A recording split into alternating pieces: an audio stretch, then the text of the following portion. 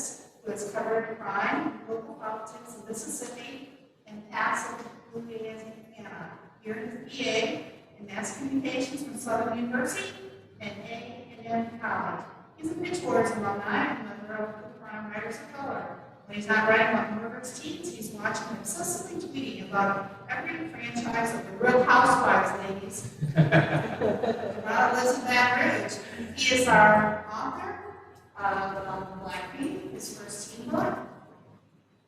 And the person that will be interviewing him today is Nancy Kaffer, a well-known journalist, editorial page editor of the Detroit Free Press, a national award-winning columnist. Kaffer writes about politics, policy, and the complicated relationship between the two.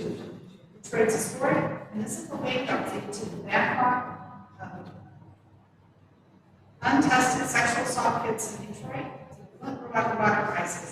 She oversees publication, commentary, and letters to the editor and columns, and contributes to unsigned editorials. Kaffer is a native of Mobile, Alabama. Welcome. Thank you.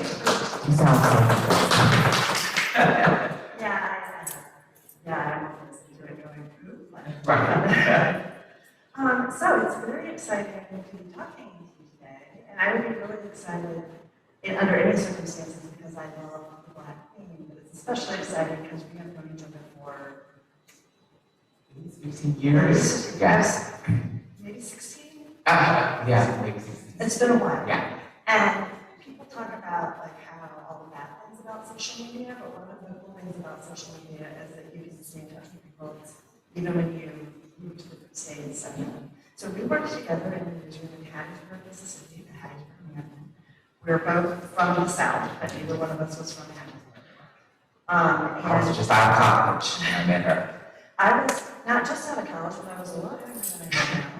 And we had a real good time in Mississippi. It was a weird place. But so that makes this conversation especially exciting because I have known you for a long time and have followed your writing for a long time. And I think that's an interesting place to start. You know, I think people are sometimes intimidated by writing because they feel like if they can't sit down and turn out a perfect book on the first try, maybe I'm just projecting, that they are not doing it. But I've seen over the years how hard you worked, not just to get published in all the business parts of it, but to become a writer. And tell me a little bit about that.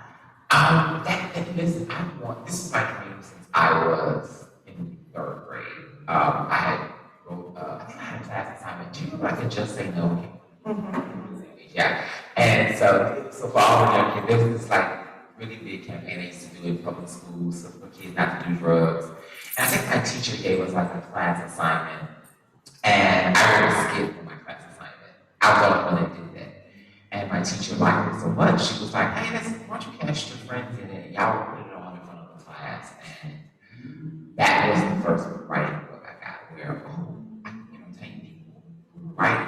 And because I always look for reading. And so from that perspective, I would just write off and on throughout my childhood. Writing was kind of, back then, was an escape for me. It was a place where I could kind of control the world in my way, in a world that I felt like I didn't have control in. But then as I got older, I just kept at it. I kept reading. There's not people always ask me like, well, is there like a class you can take? Or there are books you can read? Yeah, there are all those things, but you really don't learn writing from studying. You read and write, and read and write, and read and write. And that's really what my journey was. It was just along the way having all of these life experiences that at the time I didn't know were going to influence my writing later. Well, like one thing is this book is set on the Gulf Coast of Mississippi, which is, we worked a little bit north of Mississippi, or up the Gulf Coast rather, but we were both there during the post-Hurricane Katrina recovery, which being from the South and the Gulf Coast, I thought I kind of knew what hurricane recovery was like, but when I moved to Mississippi in February of 2006, like 6 months after the hurricane, and Hattiesburg, an hour north of the coast, was still hit so hard. I had never seen that type of devastation. And the Mississippi Gulf Coast, people know a lot about what happened in New Orleans. Right. The Mississippi Gulf Coast story is undertold. Yeah, that's what I wanted to kind of talk about in the book is that, yeah, people, when you say Hurricane Katrina, people go New Orleans, New Orleans, New Orleans. They don't realize that the Mississippi Gulf Coast was like decimated. It was like they were like towns that were just completely leveled. Waveland, Mississippi, not really. No more, like wiped off the map. And no one talks, like I said, no one talks about it. That wasn't the news story. And so, and also another fallout of the Katrina was displacement of school students that people don't really talk about. Right. There's a lot of other nuances to it that I feel like we could explore aside from what I feel is the more popular story is, all of these underprivileged Black people were displaced in Katrina. Yes, that is important. There's all these other stories and nuances that happen as well that I feel could be highlighted and can really serve as a perfect backdrop to tell the story that I kind of want to tell with this. So, and that being a great example of how your life experience wound up playing a huge role years later, but give us a quick synopsis for people, and no spoilers, for people who have not read the book. Okay, so The Black Queen is the story of Nova Aubrey. She's the first Black girl to become homecoming queen at London High School. And this is the town that is still plagued with undercurrents of racism and modern day segregation. And on the night of her coronation, she is murdered. And her best friend enters an unlikely alliance with her rival, which is a privileged white girl named Tinsley, to kind of find out the truth. Everyone in the town thinks Tinsley did the murder for a specific reason. But together, the girls find out that Nova had a lot of secrets, and one of her secrets got her killed. In a nutshell. Yeah. And that's I knew it was going to be a good book because I know you, and I know you have an amazing imagination and great ability with character. It was like, I thought it was going to be awesome. It was like 17 degrees more awesome. I mean, it was the way you developed these characters. None of these people were stereotypes. They were all fleshed out people. And even, I mean, the Tinsley, the white girl, is a real entitled jerk. Really hurtful and harmful things. And you could have easily made her just like the bad guy. And you even took the time to develop that character and have her grow. Yeah. So, not to give away where she goes. But That was, and let me say something, that was a hard, so let me say, I started writing this book at the beginning, it was before the pandemic. So this would have been in February. I started it, we didn't know the pandemic was gonna happen. And then the pandemic happened, and then the George Floyd protest happened. And I kind of got into a little, I was kind of depressed. I think everyone was in the pandemic. But then I was trying to write 10 of these chapters, and I just couldn't. I didn't know what it would be like for a privileged white girl to have to understand the privilege. And I didn't know what that was. I know what I think it should as a Black person, but just because I think something should be that way doesn't mean that's how it should track. And so I had stopped writing the book. I put the book down for like, I don't know, over a month at least. I just got, I don't know, maybe I got this all wrong. And I had a couple of best friends, one of which lived in Houston and the other one lived in New Orleans. He was like, hey, we're gonna go surprise, our best friends for his birthday. Why don't you come? Let's go have fun. And at the time I was like, you know what, I need to get out of the house. This was the world had kind of opened back up just a little bit. And I was like, you know what, I want to go and hang out with them for a while. And most of the guys that were there celebrating his birthday with us was mostly white guys. I think I was me and someone else, young people of color there. And we're sitting around the pool and they start talking about like George Floyd protests. And I was like, oh my God, I wanted to get away from this. This is so heavy. Why are we talking about this? But then I started to pay attention to what they were saying, and they were talking about the arguments they were having with their family members and their parents about the state of the world. And then my antenna started to go up. And I said, wait a minute, guys, like you guys, and I was raised in the South like this. And I said, if you guys were raised in the South, if this is what you were raised to believe, how would you break that cycle of thinking? And they were very open and honest with me. The way I described it to people is they started to tell me things that white people talk about and Black people are not in the room. And that's when I wrote How to Move to this chapter. And I said, this is what it feels like, this is what she has to go through.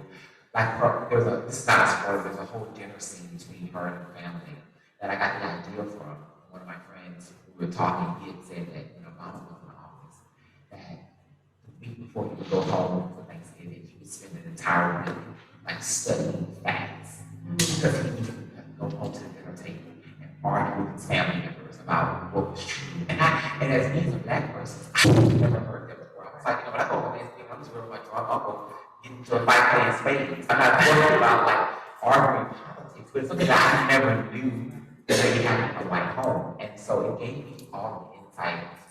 And it kind of told me where I need to look for answers that I didn't have to kind of figure out how to write her character arc.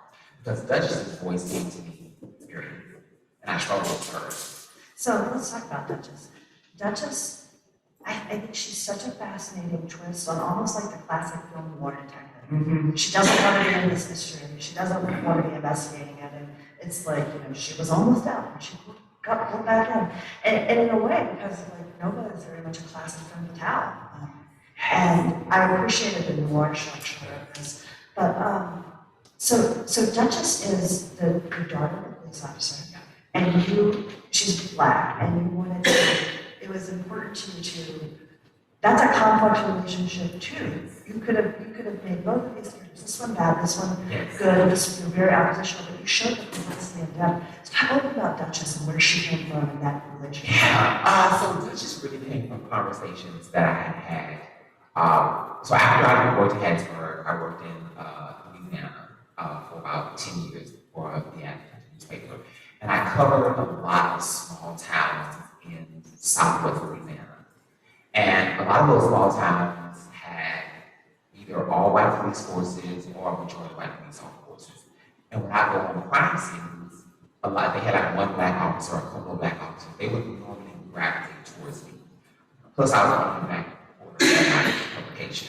And so they said, Kim, she's like, oh, you know him, So, and I would talk to them, and when you cover a crime, you're at crime scenes, you might be at crime scenes for hours, and you have a lot of downtime. And during that downtime, they would talk to me off the record, of course. But, and I would, sometimes I would ask, like, how does it be the only black police officer on the force? And they would tell me things, I was like shocked. One, they would be like, I have to take a lot of heat from the black community. They feel like I'm a traitor because I wear a badge. They don't understand how I can be a part of the system. But then they don't realize that if maybe I wasn't here, it would be 10 times worse. Because I know what my colleagues, the conversations my colleagues are having about them. And these are the people that are supposed to serve and protect us. One of the things that stuck out to me was that a guy was telling me that during like the Trayvon Martin murder and like the social media unrest that happened with that his boss used to stalk social media accounts of his kids. And he to make sure they didn't say anything negative about a cop. But he knew that he wasn't doing that for his white colleagues. It was things like that I just never thought about. Again, these are things that I was just kind of absorbing this information, not that I was going to write a book about it, but when I was starting to sit down and write, who would be the character of this book, I was the person that grew up reading Nancy Drew, Hardy Boys, and Second Lady Brown, Charlie Howard, that's a lot. But I always loved Nancy Drew, and I called Duchess my black Nancy Drew, version of Nancy Drew. That, I know I wanted her to be queer, I was black woman, I wanted to be queer, I wanted her to be a proud queer person in a family that was the issue. The issue for her was that she had a father who she didn't understand. Why are you a cop? Why are you a part of the system that we know hurts us sometimes? And she's still thinking that it's still her father. I think it's just I think teenager years, if you have those complex relationships with your family, your parents, where you realize that they're people and they don't always make the right choices and you are in conflict with them. And I think that I wanted to explore how a daughter and a father can be in conflict on belief, but still somehow find love in that complicated relationship. Yeah, so Duchess it's a complex relationship, but she's also navigating who she is in this journey from child to independent person. And I think that's very common in the teenagers. You push back twice as hard because you have to be your own person. Right. And but then that puts a distance that it can be challenging to bridge later. So Yeah. I saw all of that in that relationship. Yeah, I think that, one of the things too, in terms of intensity, I wanted to have Duchess intensity on these character arcs that were like mirror opposites of each other. Right. But then they kind of, are they going to be friends? Can they be friends? And, you know, like you said, with Timothy, this is not to give anything away. You know, people love to say, well, Timothy is racist. And I'm like, well, I know she's outright racist. But she's definitely tone deaf and ignorant. And I think that she's a product of her environment. And I feel there are a lot of white kids in the South that are like this. If you work in families, that if no one ever challenges your belief, you have no one challenging you, and everyone telling you that what you believe is okay, then why would you ever think anything? That's not even for white people, that'd be for anyone. Right, and not just in the South. Yeah, that's in the South. It takes a long time if you grow up in a specific environment to understand that, that this space that only has white people in it is a constructed space. That didn't just happen by magic. Not that people of color just didn't want to go there, that there's social barriers that have been. Exactly. So Duchess, I also like the way Duchess, she's a smart kid and she's a sharp kid, but you also have times where she's not as smart as she thought she was, which is important because she's been characters are too perfect, they're not like that. I know. And I think that we also, the thing I love about writing about teen characters is no against teenagers. They think they know everything. And and so it's always fun to have those characters that are like, I know I'm right. And then they get to see, well, wait, maybe I wasn't as right as I thought I was. And I think that especially when you're talking about, I know what you're getting at is that when you have friends, and we believe that our friends tell us everything. Yeah. But people always hide parts of themselves. And a lot of times if you are a person that believes that your friends tell you everything and you learn that your friends don't, you then start to question, really, is it something that I'm doing? But why do I not know this part about this person? Or something is wrong with me, And that was also, so when you mentioned the Duchess is unapologetically queer and that that's not the story. So when we were young, in a book when there was an LGBTQ character, that was the story. That was the story. Oh my goodness, it was a very special episode of book X, Y, and Z. And I love that this was very much a 2023 book where that's not the story, it's just part of the story. That's how life should be. Yeah. I really felt like this was very much the book that 15-year-old you was looking for. Oh, every book that I've written is a book that I wanted to read as a kid. I mentioned that when we first met, we bonded over our obsessive love for Super Valley High. And I don't know if kids even have that anymore, Super Valley High. It's a series about two identical twins who live in this California community. It's like a so like it. Yes. Studios and it's super white. Yes. So I'm obsessively white. It's like whiter than me. Yeah. But at that time growing up, that's all I had to read. And so I just read that. But I didn't know it like actively in my mind. But I always read those books, even the next one books, and think to myself, God, one day I would love to have books like this, where they had characters that look like me. Because those stories would feel so much more authentic to me. It's still shocking to me even now that there aren't a lot of black writers in the mystery thriller space. And the criminal justice system affects brown and black people differently in this country. We should own that space because, I think that the danger you get into with having a bunch of white characters in mystery or thriller is that, well, you can probably write a story that the criminal justice system is going to function the way that it should, but the minute you throw brown and black characters into that situation, you start to expose the cracks in the system. And they're there. We know that they're there. We write about them all the time, And so that's the thing that I kind of wanted to explore with thrillers and mysteries, that this is the perfect genre where I want to write a book that what I wanted to read as a teenager, that is just as fun as all the Nancy Drew books that I used to read and Hardy Boys books, but that can still tackle issues that I and my friends were facing at the time.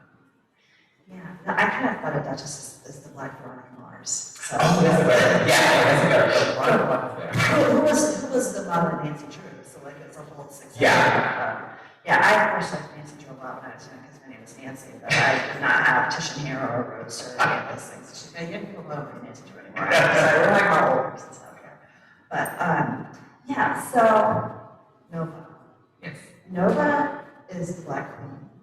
And this is not a spoiler because I think it's pretty clear on the front of the book that she has been murdered. That's the whole premise of the book. And she's fascinating because she is clearly a fully realized character, but she's also in the book defined as much by her presence as her absence, because the hole that blows in the center of everyone's life is what the book is about. And talk about how you constructed this character who wasn't really even going to be in the book.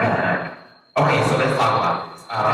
Because originally, Nova was on the page for about 100 pages in the book, and my editor was like, "Oh no, we got to kill her off quick. And this is a murder mystery. The story doesn't start at the book. There's a dead body." And she was in the novel that much because I had created so much of her backstory. I literally had an entire character profile for her as well. And I wanted to include as much of the information as possible in the book. And my editor was like, "No, we gotta take her out." So I said, "Well, you know, some of this I can weave in later because she is the focal point of the mystery. And this can be part of her secrets that come out. But I think that really she isn't fully, listen, let me say this. When I wrote the first scene of the book is the only scene, that remained untouched from my first draft. Like, every page is pretty much the same. And I remember writing that first scene, and I thought to myself, "Oh God, I don't want to kill Nova." Because it's one thing when you, in my head, I have the character's arc, but a lot of times they don't come to life until I write it on the page. And I thought, maybe it should be a murder mystery. Maybe this should be a robbery story. Because I really like seeing her intensely go at it. I love girl drama. Like, give me Mean Girls. I love it. Like, I just watched New Revenge on Netflix. I was obsessed with it. I love that kind of like seeing the girls go at it. And I was like, no, it's gonna be a murder mystery. I'll just keep on the page for a long time. But my editor was like, no. I think that what I learned from that experience is that when I wrote my second book, I did not do a character profile because I was so attached to her. I'm still attached to her. I still regret killing her off. I feel like there was so much more story I told about her life, about her childhood. I even have in my mind who she would have been as an adult. And so. Maybe that's where the loss comes across, because you knew who she was, and we can't care about her if you don't. If she's just a convenient, sort of plot anvil, then no one's invested. But you knew that Nova was a full, realized person. And so, maybe you needed to know all that, but it didn't need to be in the book. Maybe so, I think about it. But you needed to have all that, or else, even in the, you think about the difference between describing someone you just met versus describing your best friend. Yeah. It's going to be such a richer thing. And we really, Nova, if you have her in the book, she's going to be the home. So actually, first of all, describe the weird system of homecoming here. Well, let me just say this. This is based off of a true story. Not the murder, but I will say there was another colleague that I was working with. We were having coffee one day. I know we were working during the day, but I never can remember what we were talking about. The next time I talked to her, I'm going to ask her. I think she was talking about her high school class reunion, I think. And she just mentioned that, it's this girl we got to see. Everyone hates her because, in high school, she got really upset because she couldn't be homecoming queen. It was the year of black girl had to be queen. And so, she got pissed about it. She was going to held herself back in grade. She wouldn't homecoming queen so bad because her family was like a legacy. But anyway, she kind of went to plan the reunion. I was like, wait. I said, wait, what? I said, black grad? What are you talking about?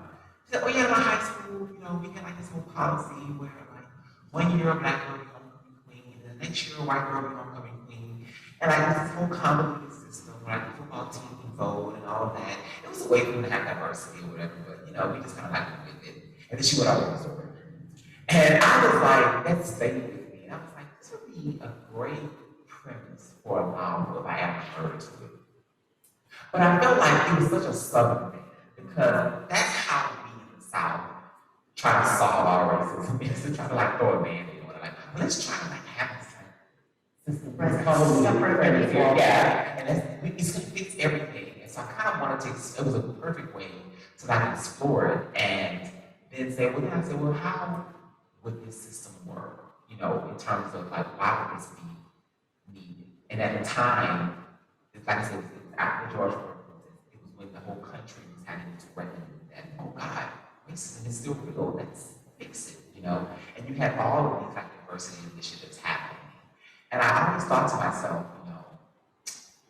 is representation really liberation?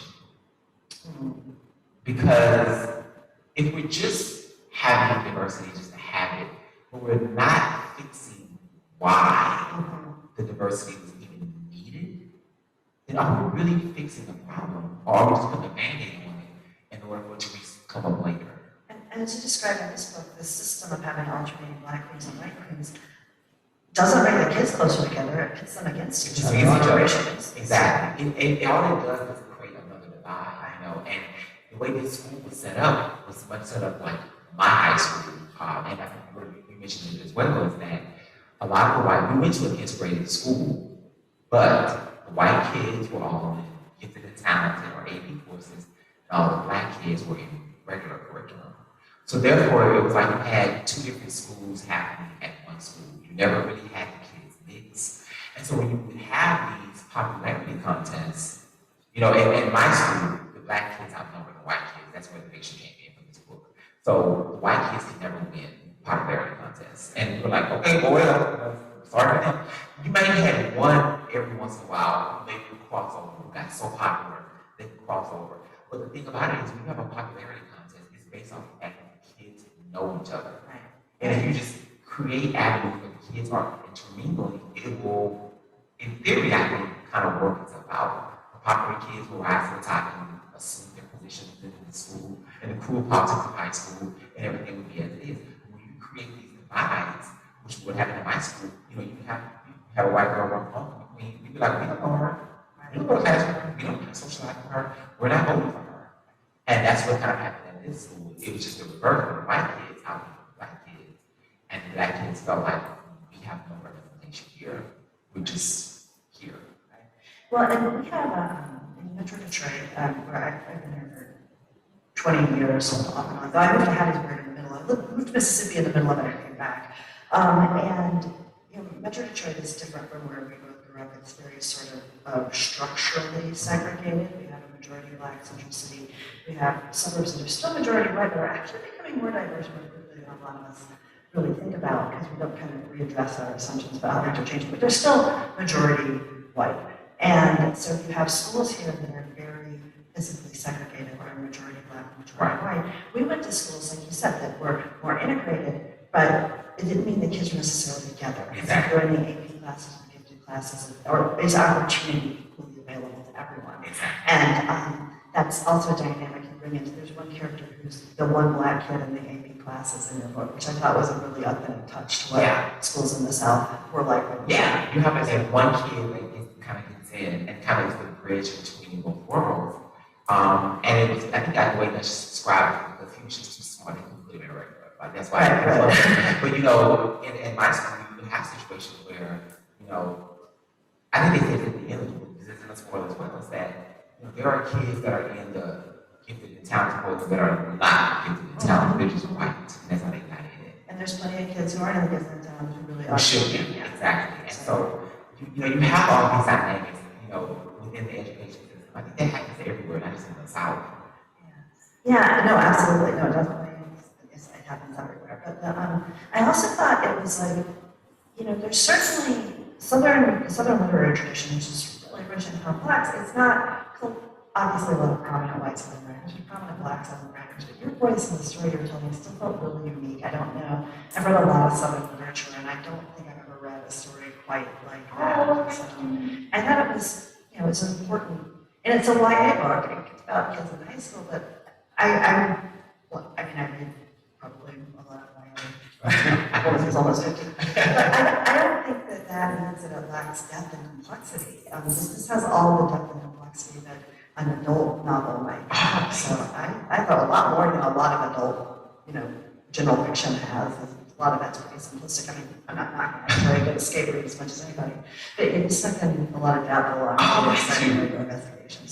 So Nova. Nova is running for the Black Queen, and Tinsley, whose family has held the queenship for like every generation, is infuriated. And that first scene you talk about is the one where the white kids kind of confront the black kids and try to get Nova to drop out. Right. That's the only scene that stayed the same. The only one. And Nova, even though she's not there for most of the is so clearly like the one who, when she walks into the room, we all have that friend when they walk into the room. You just, everything's funnier and cooler and more interesting. You just hate them. God, no, not better. They make you feel better. You just want to be along for the ride. Yeah. And and then when she's taken away, is I think both of you look very cool and like you should. So I was not. I was a giant nerd. I was a cool kid. I have to say I was a giant nerd. I'm still a giant nerd. But you're a cool nerd. Yes. Okay, so funny story. Besides. Yes. Go ahead. So when I met Jumata, we're at this newspaper in the middle of Hattiesburg, Mississippi. Not exactly a booming metropolis. We covered a lot of different things, including an army base in the south called Fort Shelby. And he comes in like, so he's a gay man. He's a very stylish gay man, you can see. And he comes in like in some like white pressed trousers with like an argyle lavender vest and like a coordinating yellow belt, heading off to cover the military base. But like, this guy is going to be his own person in every possible situation. It's not that, it's not that he doesn't give a F. He does. He's just like, come on, I got it. So I feel like in a lot of ways, and I was trying to think of which character you I feel like it's Nova. Yeah, I'm thinking Nova. Yeah. But I also thought he was really normal because he was so cool and stylish. Most reporters are kind of weird. Yeah. And then one day I was like, there's gotta be something. And then one day something happened. And I didn't tell you I was going to tell this story. So you tell me. In TV's in the newsroom, and something came on about Britney Spears' comeback. And he goes, comeback? You can't call it a comeback if you never fell off. And suddenly he starts spitting out her record sales statistics in depth for like the whole time she's been working. She sold this many albums in 2004 and they went platinum and she has toured.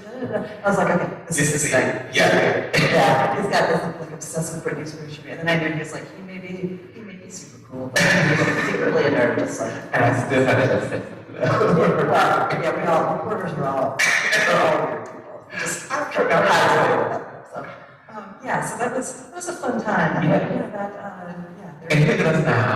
Yeah. Still loving Britney Spears, still wearing my outlandish fashion. But thankfully not covering the military bases anymore. But it was fun though. Yeah, it was an interesting time. So I feel like Nova's the one you were the most like. Is that, and maybe that's why it was so hard for you to kill us. So you are deep, Nancy. I didn't even think about that, but maybe so subconsciously, she's the closest to who I think would be like me or whatever in terms of like how I was in high school or how I present myself. So maybe you weren't expecting this to be a psychotherapy session. No, I wasn't. So tell me about killing yourself on the Right. page.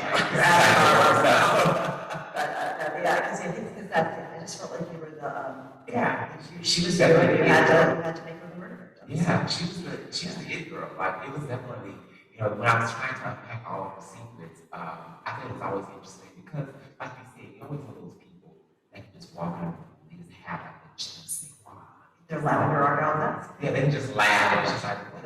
But I always thought, what are they really hiding? I'm always that person. Maybe this is part of my brain. I'm always like, what? Like I look at a happy couple like Star Wars. I'm like, I wonder what this story is. He's having an affair on her, and she's like, I create all these narratives in my head. And so I thought it was very fun to like have a character like that and then just go backwards and be like, well, what could that person be hiding from the rest of the world? And that was kind of a fun part for me to kind of unpack like her baggage. Yeah. So horror was kind of her first literary love. And this is not quite horror. I mean, there's horrific elements to it. Horror is horrific, but this is a mystery. This is a suspenseful mystery. Do you feel like you'll do horror again? Possibly. I love writing horror. Like horror allows me to like feed into my darkest impulses of the world. Like, just kill people and things like that. And so I definitely feel like I want to do adult books in the future as well. I love writing adult as well. But I think YA has always been this really major love for me. I don't know why. I think teenage years are like some of the best years. You're young and you kind of think you have the world figured out. And you have the world ahead of you. And a lot of times I tend to write teenage characters, especially like the Duchess, who I wish I could be. Like I wish I was that affirmative in high school with the Duchess is like who she is. I think it's, and especially teenagers today, these are a whole different generation. I have these my niece is like 18 now. She was 16 when I was like, well, she told me a lot. But I can remember, like, even with her, I had a scene where the kids were on like Facebook. And my niece is like, we don't use Facebook. That's for the old people. We don't do that. One thing I loved about it was that she had a birthday party and she had a friend that came over and he was obviously gay, like flamboyantly gay. And I was like, oh, he's gay. And my niece was like, yeah, it's not a big deal, Uncle. He's just gay. Like, what is it? Why is that a big deal? But like you said, in our time, that was like, this was like front page news. But for this generation, they're just a lot more unapologetic than what they are. I love the fact that this generation, they're not going to be like us and be like, well, I'm going to just read all a bunch of white kids. No, they're like, we're not reading books unless you give us black kids. We want to see ourselves in literature, in music, in everything. And if you don't get us there, we're not supporting you. I was going to ask about that, about the voice authenticity part, because to some extent, when, you know, I love Buffy the Vampire Slayer, and I think the writers of that, or Veronica Mars, the writers of that have talked about how a lot of it is sort of wish fulfillment. Like, I wish when I was a teenager and this had happened, I was like writing my dialogue because I was just like. But so some of that's wish fulfillment and how you wish to do. But then, hey, you mentioned your niece. Because that must have, I'm sure you were concerned about that. How do you not sound like an old person ready for getting involved? I ask that question a lot. I always get asked the question. For me, listening to music. And I listen to my music, listening to their music. That's how you learn like what slang is popular. So I would watch like MTV Movie Awards and I know none of the rappers. I'm like, oh, let me listen to their music and see who these people are. See what they're talking about in their music. Because I know for me, in my generation, I listen to music pretty much, that's where we got our slang, where we got our influences from. So I use music and kind of I still watch a lot of like young TV shows as well. So my niece, they would watch Pretty Little Liars, I watch that, you know. Same, we're very mature. That's so true. I would just say definitely music is a big help, and then like TV. And that's so interesting because I mentioned, I think we were talking earlier that I took my 12-year-old son to see the new Spider-Verse movie last night, Across the Spider-Verse. And one of the things that struck me about Into the Spider-Verse when it first came out is that a lot of the superhero movies that you might think are for kids have this classic rock soundtrack, which is like the tell that they're actually for like 40-year-old male engineers, right? They're not for kids, but then the Miles Morales soundtrack, like Juice WRLD and Post Malone and people kids might actually, I don't know, kids listen to Juice WRLD. Like music that kids might actually enjoy. I mean, this was like years ago, maybe just anymore. But the soundtrack felt more relevant than like, you know, Blue Oyster Cult, which I'm gonna guess like no one under 25. You find that a lot of white books, the white characters, you have the characters somehow loves 90s music. Yeah. That's all white. Oh yeah, that's my that's a side note. When we watched Stranger Things, and it was and my husband who grew up in Michigan said, well, let me tell you, no one in small town America was listening to the Smiths in 1984, not Count the Small. Anyway, so that's off the music is a huge, music is hugely informative about voice and place and time. So yeah, that's really interesting that you use that. And I've been struck sort of throughout this conversation, and I wonder if this is a reporter instinct, that all these things, like you mentioned, you were talking with your friends on vacation, and they were talking about the conversation they had with their family, and you're like, okay, wait, I need to take notes on this. And with your colleague about the high school weird homecoming queen, and diversity setup. And it's so interesting that throughout years, like you're collecting these pieces of information you didn't know would be useful one day. No. And then they turn it over. Yeah, it's just like I sat down and I was like, oh, I remember this conversation. I had a friend, he actually passed away right before I was writing this book. He was a public information officer for the sheriff's department. He was a white guy. He actually became a really big friend. So a friend that I spoke to his funeral, he died of, he had a terminal cancer. But he would talk I wish he was still alive. He was really the source that I used a lot to learn how police work happens. I think that the biggest thing that people have to realize is that CSI is not real. Like, I'm not saying it's not real. DNA evidence works, but DNA evidence rarely breaks the case because what people don't understand is like not every police department has a crime lab. Small town police departments have to send the DNA to a crime he would always explain to me like how they would, go talk to people who use social media to crack cases. But he would also talk to me about like, he said, I know that we have a lot of bad actors within law enforcement. This is a system that is really broken. He said, I fire guys all the time for text messages, jokes that they send about people of color, text messages, and he said, I know that it's there, And we would always get into like debates about it. I would Richie, why does anybody ever speak out? Why don't we have officers speak out and say when something happens, this is wrong? He said, because he said, we're not gonna do that. We're part of the system. And people start speaking out against other cops, then guess what they're gonna do? They're gonna let somebody shoot them. And it's a whole, he said the system is broken. He said it would have to be torn down and rebuilt in order for there to ever be real change. And so even a lot of those conversations would feed like how I would shape, even in my next book, which is in New Orleans, shape kind of like how I craft like how the police work and how evidence issues. It was really easy once I started to really have conversations with cops to realize how a teenager can stay ahead of the cops. Because, I think that's the big thing when you write YA mysteries is that, one, you have to suspend your disbelief for a little bit because it's like, well, when are they doing homework? When are they in school? And then they also say, people just have this belief in America that cops are going to solve everything, and it's such a lie. Like, there are a lot of murders that go unsolved. You hear about crime when they get arrested because the arrest makes better headlines. You don't understand like how much goes unsolved, and it's very easy. You start to learn how crime works. That you can figure out. Oh, I can figure out how young people can say that the cops. I know how they can do this. So that was really helping me in ways I didn't know. Like I was clearly sort of like used to have a reporter. I thought it was interesting to know like how the sausage was made, the outlines. Even though I never use it in my reporting, I still like to learn about it.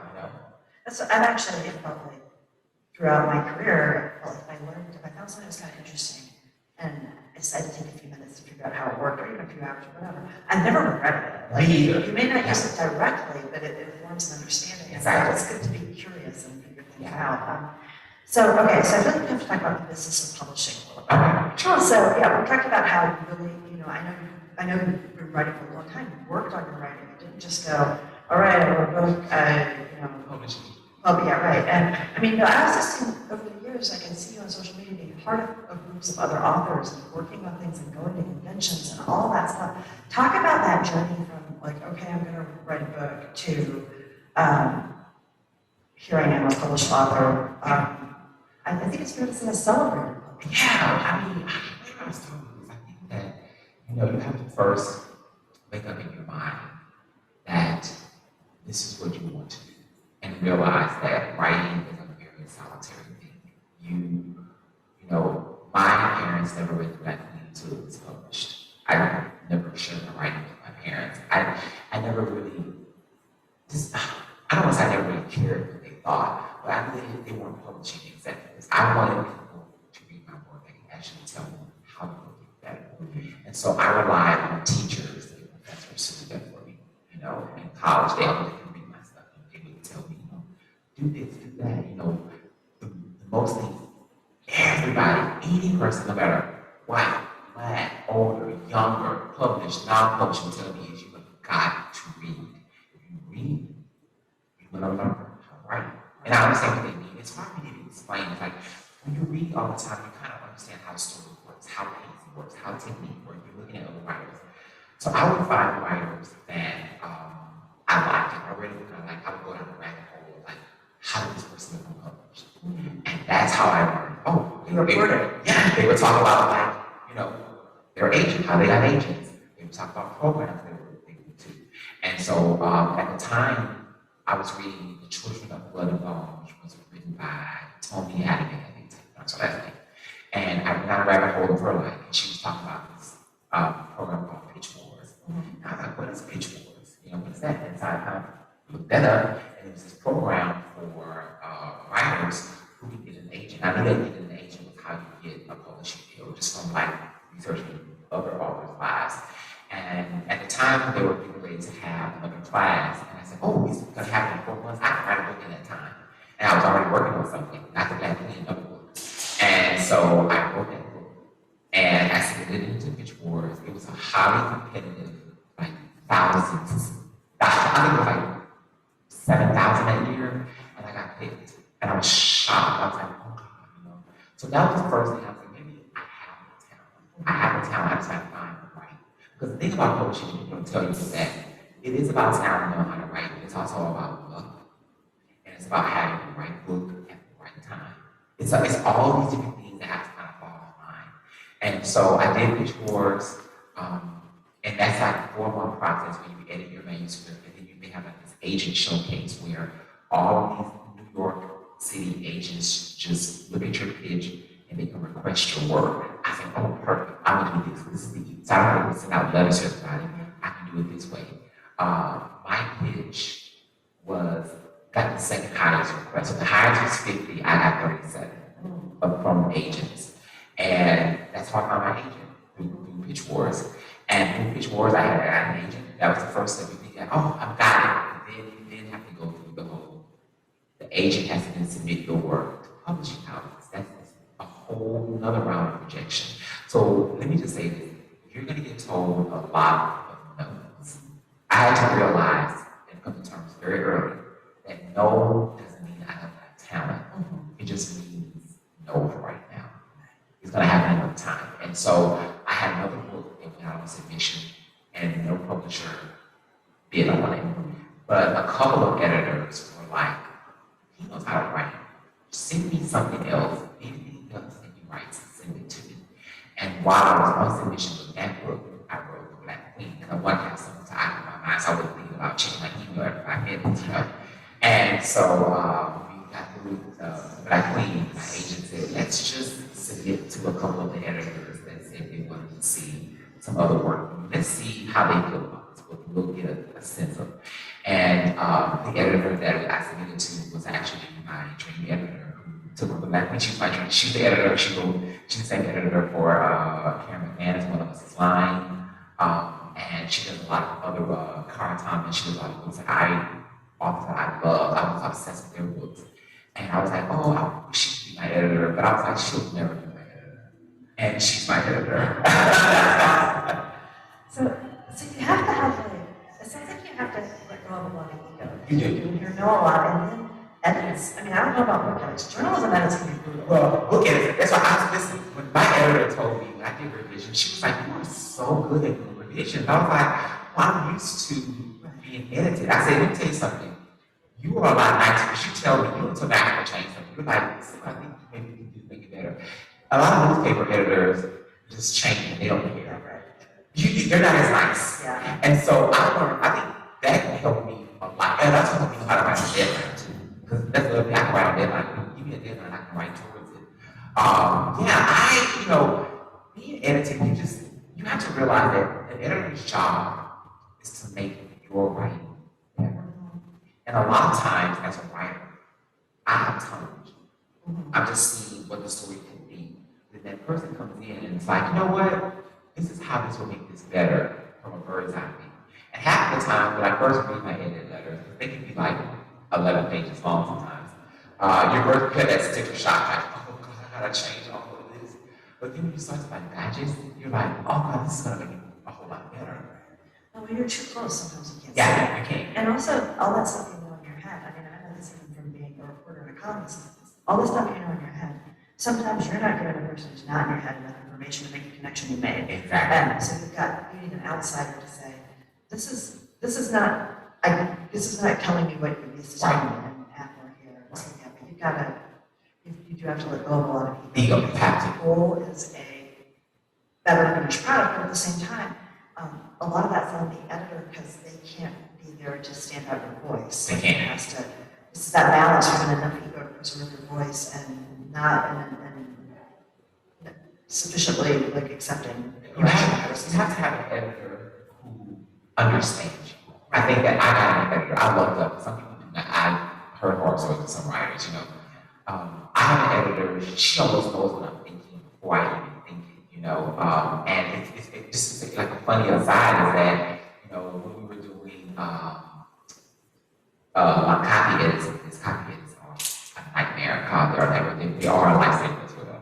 But I remember one of the copy editors was saying something like, I think one of the characters, the black character, was having an antagonistic conversation with one of the white characters and called her a Becky. And the copy editor goes, her name is not Becky, why is she calling her that? And I'm like, oh my God, what do you guys? And so my editor, I look at my editors right over there, and my editor goes, well, you don't know about Becky with the good hair, hello. And I was like, see, this is why I love my editor. She gets me without even knowing like what I'm gonna say. And that helps me, like, so she'll know, like, even before I wrote my second book, before I got really deep into the writing, we'll have a conversation. She's like, what is your goal? Like, what do you want to make? Like, what is the themes you want to have in this book? What do you want the end result to look like? What topics do you want to touch? And then once I write the book, if I don't touch those topics, she goes, okay, if this is your goal, we need to punch this up here, here, here, here, here. And that's what you need to have. Like, that's what I love editors. I love editing. I actually don't like, we call drafting when you write the first draft. I actually hate drafting. I want to get to the revisions because that's like where I feel like the story really comes to life. Okay, so I think we're coming to the end of our time here, but I want to know, are we going to see another book about these characters? You left it with a promise, and I'm telling you, accountability right here. I better get my second book. I'm telling you, my second book is not the whole different set of characters. They said New Orleans, two brothers. But I'm gonna never say never. I'm gonna say this. I don't know if it would be a direct sequel, but the characters could pop up in other stories, in other characters. Well, if you did a continuing adventures of these characters, like I would be the So the next book, New Orleans Brothers, when should you look for that? That's coming out January 14th. It's called Wonder in the Dark. Okay. Another murder mystery. It has kind of the same structure, two different points of view. There was this old UPN show, no one's gonna remember. It used to be called Half and Half. But it was about two strange half sisters. It was a comedy. I kind of always thought that would be a great premise for a book with a murder as well. So I have these two half brothers, and they're estranged, and they are the son of a celebrity, kind of like a Emil Lagasse type chef and restaurateur, and they get involved into a murder at their private school. And so, whereas the Black Queen, I kind of tackled kind of modern day segregation in the public school setting. With the second book, I'm kind of tackling what it's like to throw Black kids into predominantly white, rich private schools and what that can be like. And also telling the story from the point of view of two Black boys. So in closing, I guess, we talked about representation and the importance of representation of characters, the people doing the work and the writing behind the scenes. It's been, I think, it seems to me in the last few years, there's been a real change in specifically the horror genre, seeing more Black and DPL and seeing other people of color come into doing things. You were doing this YA thing. There's a lot more diverse science fiction and fantasy than there used to be. And I love this. To me, as a super consumer of these genres, it really feels like some stories that are, we've heard again and again, like the noir structure, you can totally turn that inside out and make it something totally new by giving a different perspective. And I'm so personally grateful to see so much diversity as a huge reader, and sometimes I just get tired of what's available because I feel like I've read it before. When I see a new thing like this, it makes me so excited. I'm just so happy to dive into. So, do you tell me what that looks like? One last thought on that increasing diversity and where we need to go. More. Even though the most sobering factoid of this discussion is that even with all new voices of color that have come in, it's still less than 1% of the publishing industry. There are more books about talking animals than there are that feature Black and brown. That's a fact. So we still have a long way to go. And I think that while we have made some great steps, what I think needs to happen now is every Black and brown story can't be about trauma. Right. Always. Like my second book deals with it. My third book I'm getting ready to write. I don't want to do anything race.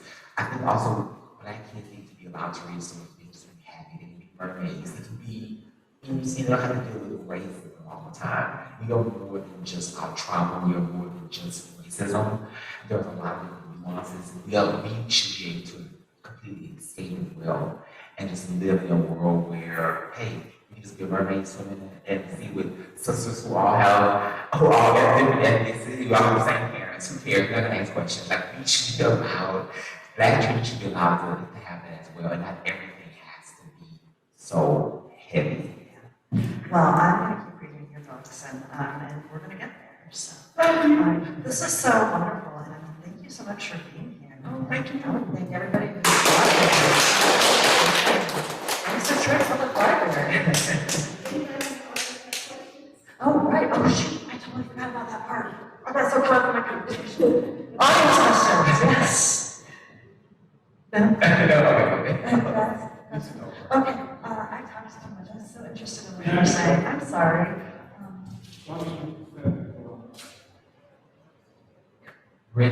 Yeah, so this is my first book. This is sort of my only one. Well, they're not the only one. A couple of years ago, they're not the only one. Those were adult. So this is my first YA. And my second one comes out next year. And I have a third one I'm getting ready to write as well. So I'm still in the beginning stages. Not sometimes I just really not like going through an audience part. I just She's like the hog of the conversation. Anyone else?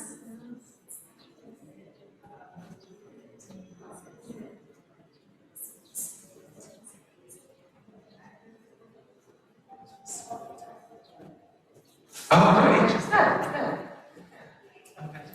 Frankie's like the old, she loves like Kaffer, like Kaffer. Like she loves those old shows. Like always shocked. Like she loves the original She's All That.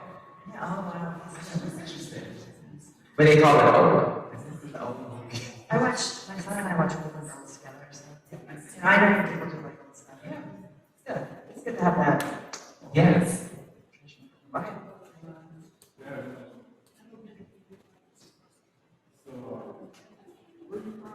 Baton Rouge, Louisiana.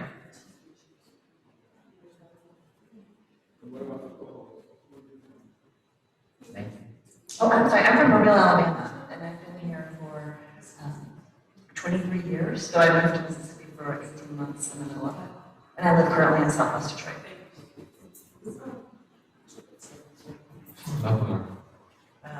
It's weird because when I go home, I don't feel like I'm from there, but also I live here. I live in Louisiana. Like I'm from there. Well, so anyone else have any? Okay. Thank you. All right, thank you so much, everybody. Right there.